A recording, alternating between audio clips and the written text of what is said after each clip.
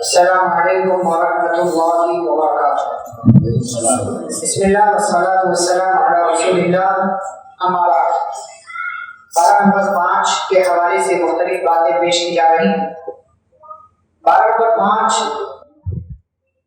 مکمل سورۃ النساء سے گھرا ہوا ہے، اور کل یہ بات آئی تھی کہ سورۃ النساء وہ سورہ ہے جس میں اللہ نے عورتوں سے متعلق مسائل بیان کیے، اور اس سورہ کے اندر اللہ رب العالمین نے عورتوں کا مقام و مرتبہ بیان کیا۔ سب سے پہلے دیکھیں کہ عورت کا مقام کیا اسلام میں۔ نمبر 1 کہ یہ سورہ اللہ رب العالمین نے ان کے نام منسوخ کیا، یعنی یہ سورہ ان کو ڈیڈیکیٹ کیا جاتا ہے، یہ سورہ ان کے نام۔ نمبر 2 مردوں کو اس بات کا حکم دیا ہے کہ عورتوں کے معاملے میں تقوی بہت ضروری ہے۔ عورتوں کے معاملے سے اللہ نے سورہ کا جب آغاز کیا تو تمام لوگوں کو مخاطب کیا، کہا یا ایھا الناس اتقوا ربکم، اے لوگوں اپنے رب کا تقوی اختیار کرو۔ تو اشارہ اللہ یہ کرنا چاہ رہا ہے کہ جن عورتوں کے نام پر یہ سورہ ہے، ان عورتوں کے سلسلے میں بھی تمہیں کیا کرنا چاہیے؟ اللہ سے ڈرنا چاہیے۔ تیسری چیز، جیسا کہ کل تفصیلی بات آئی، اللہ نے وراثت میں ان کا حصہ مقرر کیا۔ مہر اللہ نے فرض کیا کہ اگر کسی عورت سے نکاح کر رہے ہو تو مہر دینا ضروری ہے، مہر دینا ضروری ہے۔ پانچویں چیز یہ کہ اللہ رب العالمین نے ان کے ساتھ بھلائی اور خیر اور احسان کے ساتھ زندگی گزارنے کا حکم دیا۔ ایسا نہیں ہے کہ عورت جو ہے پیر کی جوتی ہے، جیسا کہ بعض لوگوں کے یہ تصور ہے کہ عورت جو ہے بس استعمال کرنے کی چیز ہے۔ ہمارا اسلام عورت کو بہت اونچا مقام دیتا ہے۔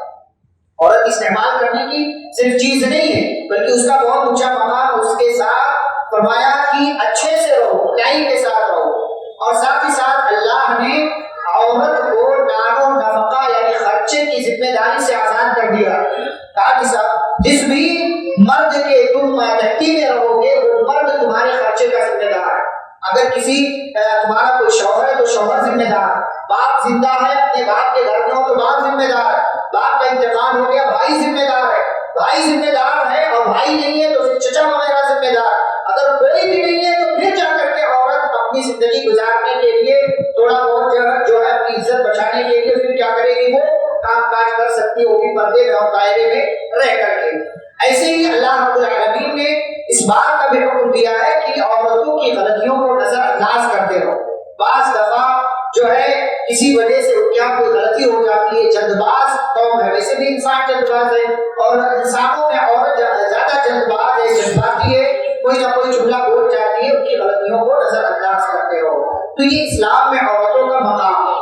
ساتھ ہی ساتھ اللہ رب العالمین نے اس بارے کی ابتدا میں نکاح کے شرائط بیان کی۔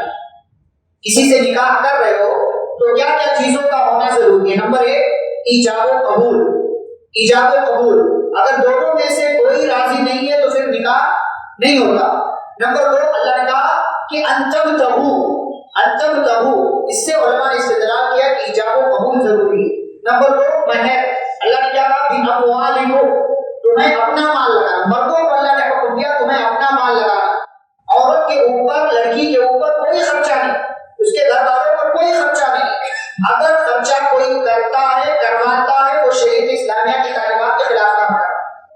نکاح میں صرف مرد کو اللہ رب العالمین نے کہا کہ تمہیں اپنا مال خرچ کرنا ہے، عورت کو اپنا مال خرچ نہیں کرنا، عورت کے گھر والوں کو کوئی مال نہیں خرچ کرنا ہے۔ ایسے ہی اللہ رب العالمین نے ایک شرط یہ رکھی کہ جس لڑکی سے تم نکاح کر رہے ہو نا تو یہ نکاح یہ دائمی ہونا چاہیے، اس نیت کے ساتھ نہیں جیسا کہ شیعوں کے یہاں کیا ہے متعہ کا عقیدہ کہ 1 لاکھ روپے کے عوض کسی عورت کو 1 مہینے کے لیے 1 سال کے لیے لے آؤ، کانٹریکٹ جس کو کہتے ہیں، 1 سال کے لیے، 1 مہینے کے لیے، 2 مہینے کے لیے، وہ کیا چلتا ہے تو متعہ جائز۔ پہلے اسلام میں جائز تھا، شروع اسلام صحابہ جنگوں میں جاتے تھے، بیویوں سے الگ الگ ہوتے تھے، مہینوں کا سفر ہوتا تھا، تو لڑکیاں وغیرہ یا اور جو کوئی ہے تو کہا کہ ان کے ساتھ جو ہے اگر نکاح نہیں کر سکتے ہو تو کیا کرو، ان کو پیسے دے کر کے تھوڑے دن کے لیے ان سے فائدہ اٹھائے، اس کو متعہ کریں۔ لیکن جنگ خیبر کے موقع سے ہمیشہ کے لیے پیارے نبی صلی اللہ علیہ وسلم نے حرام قرار دیا اور کہا کہ اللہ نے قانون پاس کر دیا کہ آج کے بعد عورت سے کانٹریکٹ بیس پر کوئی فائدہ نہیں اٹھایا جائے گا، صرف نکاح کے ذریعے عورت کو اپنے عقد میں لیا جا سکتا ہے۔ ایسے ہمارے بھائیوں کے یہاں حلالہ کا ایک طریقہ ہے،